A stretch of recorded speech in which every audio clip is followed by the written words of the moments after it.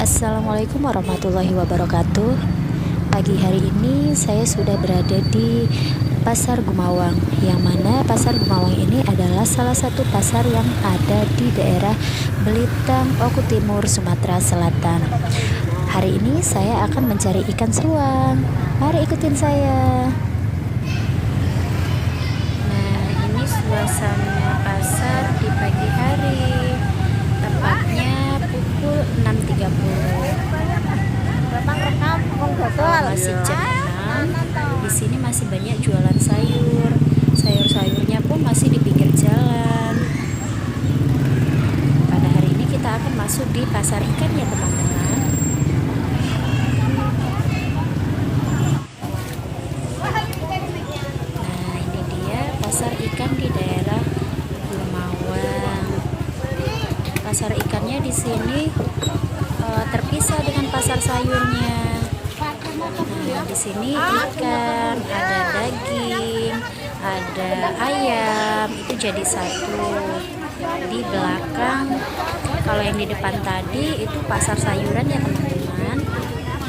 Nah, pada saat ini kita akan mencari ikan seluang untuk kita buat menjadi bekasam nantinya.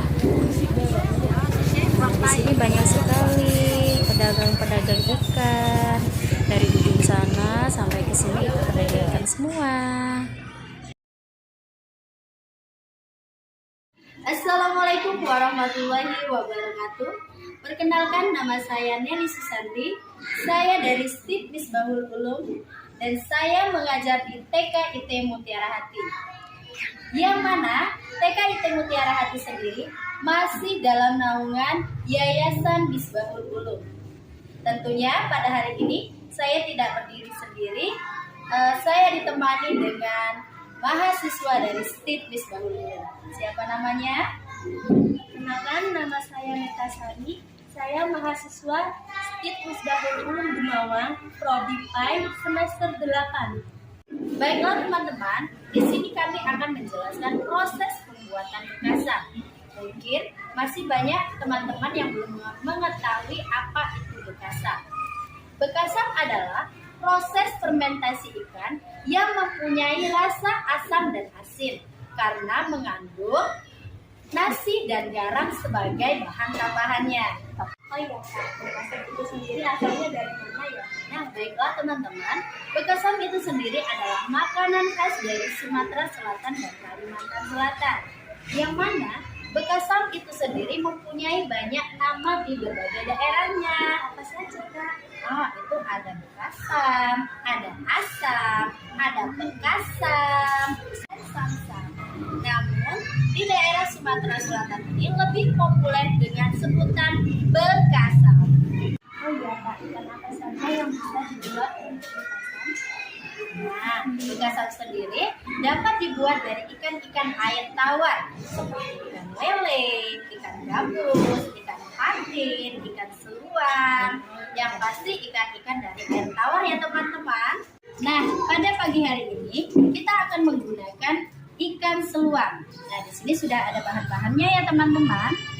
Di sini ada ikan seluang, ada nasi, lalu ada garam sebagai tambahannya.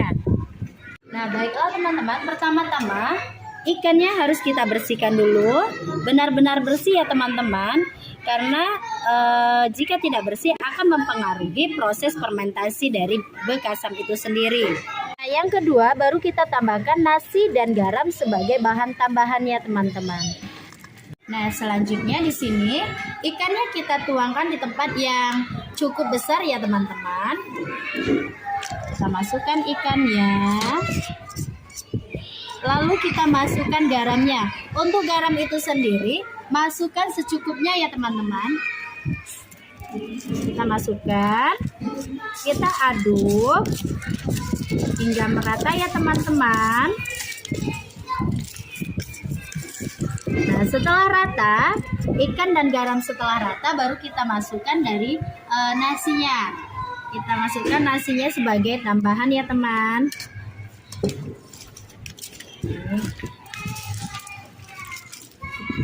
Nah, kalau sudah tercampur rata seperti ini, sesekali kita remas ya teman-teman, supaya ikan-ikannya, tulang-tulang dari ikannya menjadi lunak. Kita remasnya seperti ini ya teman-teman. Oke, diremas aja supaya tulang-tulang dari ikan ini menjadi lunak.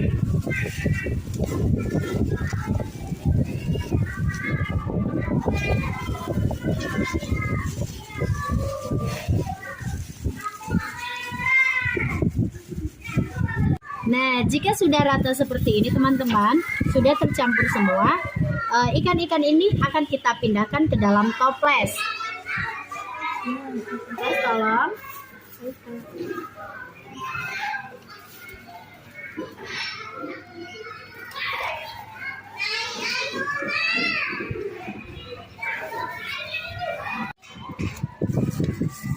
Nah, setelah kita masukkan semua ikan-ikannya ke dalam toples, nanti toplesnya akan kita tutup rapat ya teman-teman.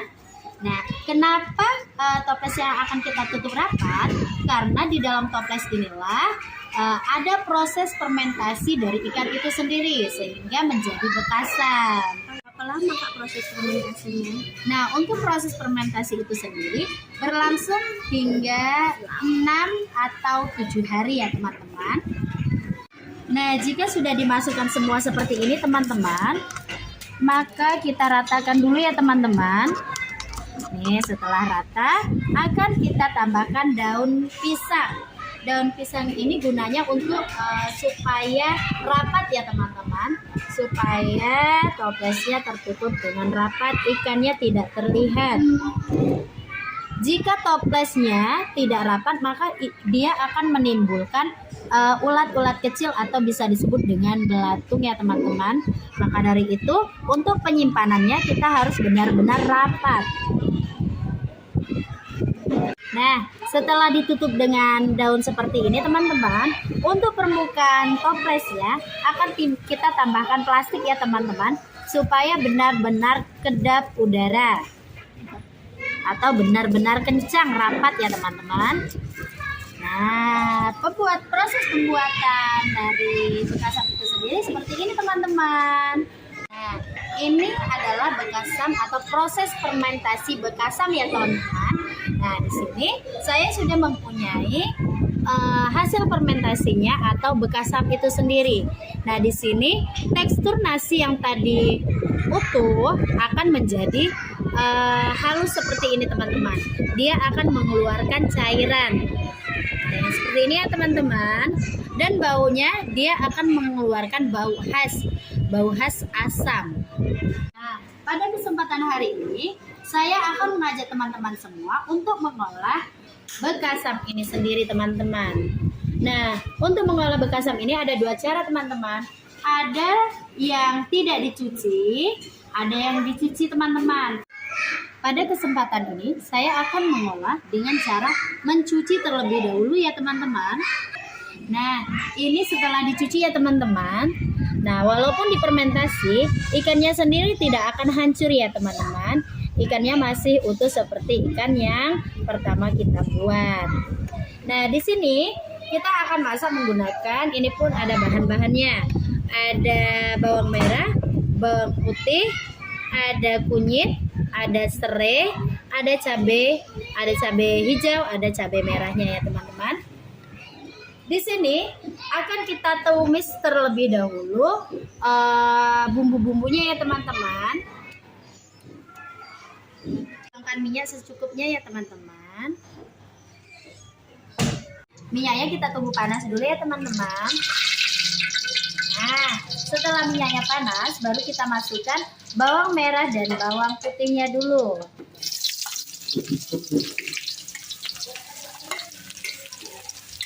Kita aduk hingga bawangnya mengeluarkan bau yang khas. Nah, setelah ini kita masukkan serai dan kunyitnya ya teman-teman. Serai dan kunyit kita tunggu sebentar. Ini baru kita masukkan cabenya. Kita kita tunggu cabenya layu dulu ya teman-teman. Nah, setelah cabenya layu, baru kita masukkan bekasamnya teman-teman. Kita masukin semua ya teman-teman. Dan kita aduk hingga merata. Nah, di sini jangan dulu kita kasih garam ya teman-teman, karena bekasam itu sendiri kan sudah terasa asin, jadi jangan dulu dikasih garam. Di sini, jika teman-teman mau menambahkan penyedap rasa, persilakan ya teman-teman, sesuai selera saja. Nah, bentuknya akan seperti ini ya teman-teman. Ini akan kita aduk terus. Nah, kita tunggu ya teman-teman, ini sudah mulai matang. Nih, kalau dia sudah kecoklatan seperti ini berarti tandanya sudah matang ya teman-teman. Nah, sekarang kita angkat ya teman-teman. Mohon bantuannya. Iya. Iya. Kita angkat dulu ya.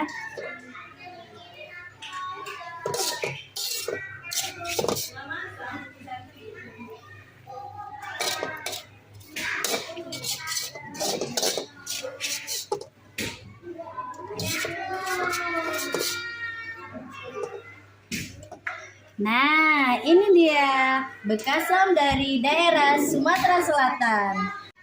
Nah, waktunya kita mau icip-icip. Nah, sebenarnya teman-teman di sini lebih enak lagi kalau ada lalapan ya teman-teman. Biasanya kalau daerah Sumatera Selatan itu teman makannya bisa pakai timun, pakai terong lalap, atau pucuk daun jambu mente. Nah, itu lebih enak lagi teman-teman. Berhubung di sini nggak ada, jadi kita berhayalan saja ya. Kita ambil. Wah, baunya harum sekali teman-teman. Wow, nih teman-teman, ikan dari fermentasi tadi tidak hancur ya teman-teman, masih ada. Mari kita makan, jangan lupa berdoa ya teman-teman.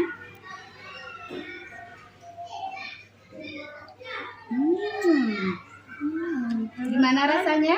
Enak sekali kak. Enak ya?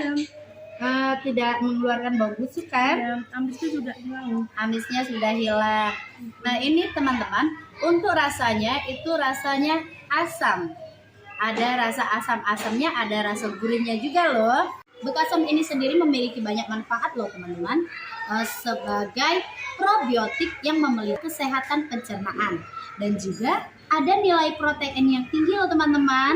Jadi selamat mencoba ya teman-teman. Kami lanjut makan dulu ya.